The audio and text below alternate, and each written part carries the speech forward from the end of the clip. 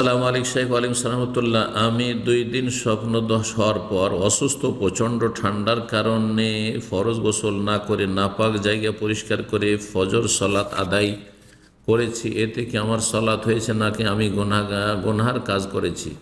নাপাক জায়গা মানে কাপড়, সেটুকু সাফ করেছেন, ঠিক করেছেন।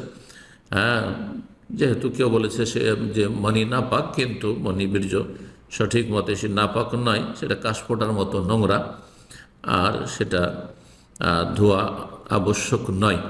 এটা বিষয় হচ্ছে হালকা বিষয়, কিন্তু তার চেয়ে বড় বিষয় হচ্ছে যে আপনার গোসল ফরজ ছিল শরীরে, আপনার হাদাসে আকবার বড় নাপাকি ছিল, এর জন্য গোসল ফরজ ছিল, কিন্তু আপনি অসুস্থ ছিলেন।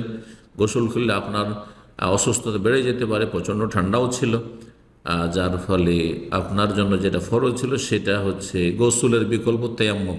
তেয়াম্মম করে নিতে হবে। আল্লাহ বলছেন আউলা আমাস্তমন নিসা, তোমরা যদি স্ত্রীর সাথে সহবাসে মিলিত হও, ফালাম তাজিদু মাআন, আর তারপরে পানি পাচ্ছ না অথবা পানি ব্যবহার করতে পারছো না, ফাতায়াম্মামু সাঈদান তাইয়্যিবা, গোসল ফরজ হয়েছে।